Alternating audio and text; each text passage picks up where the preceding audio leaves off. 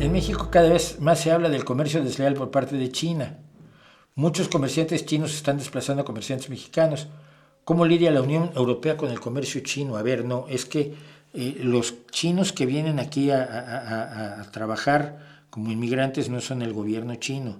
El comercio desleal de China es fundamentalmente financiero y se expresa en la forma de préstamos depredadores que ha estado haciendo China a distintos países del tercer mundo, a los cuales Estados Unidos ya no les prestaba dinero porque se acabó la Guerra Fría y ya ¿a quién le importa lo que pasa en América Latina? Ay, que pusimos un gobernante de ultraizquierda, y Estados Unidos dice, bah, ya lo tirarán.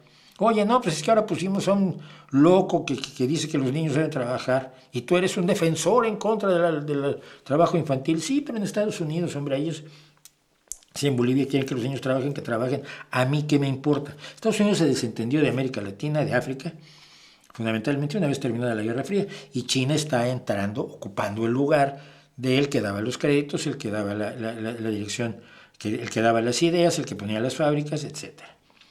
Pero no, los comerciantes chinos desplazarán a los comerciantes locales como antes lo hicieron los sirio-libaneses en los años 40 o los españoles a fines del 19 y principios del 20, como mi propio abuelo. No es que si trabajas en un país desplazarás a alguien siempre o aprenderá a competir contra ti, pero no es una cuestión que puedas centralizar en una persona o en una nacionalidad, ¿no? Los judíos tienen muchas empresas, pues sí, pero hay muchas que no tienen. No, pero es que son los franceses, en una época de los franceses en México, sobre todo en el 19.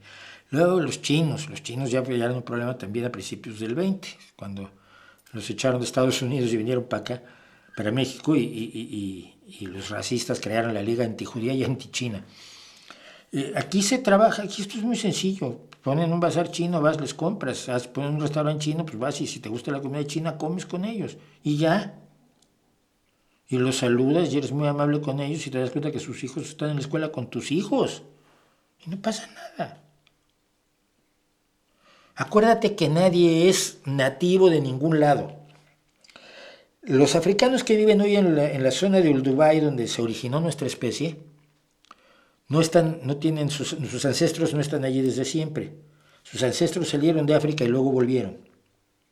Aquí es muy simple. En el mundo todos somos visitantes, invasores o inmigrantes. Y si no nosotros, nuestros ancestros. Todos, los 8,000 y pico millones. Todos tenemos ancestros que vinieron de otro lado, como invasores, como inmigrantes, como invitados, como visitantes.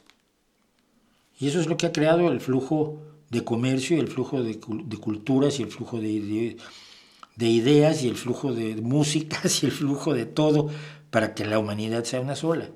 Nadie es nativo como para decir, esos son los míos y los están expulsando los otros. No, mira, los tuyos también llegaron y ocuparon un lugar donde había otros antes. Así es la realidad.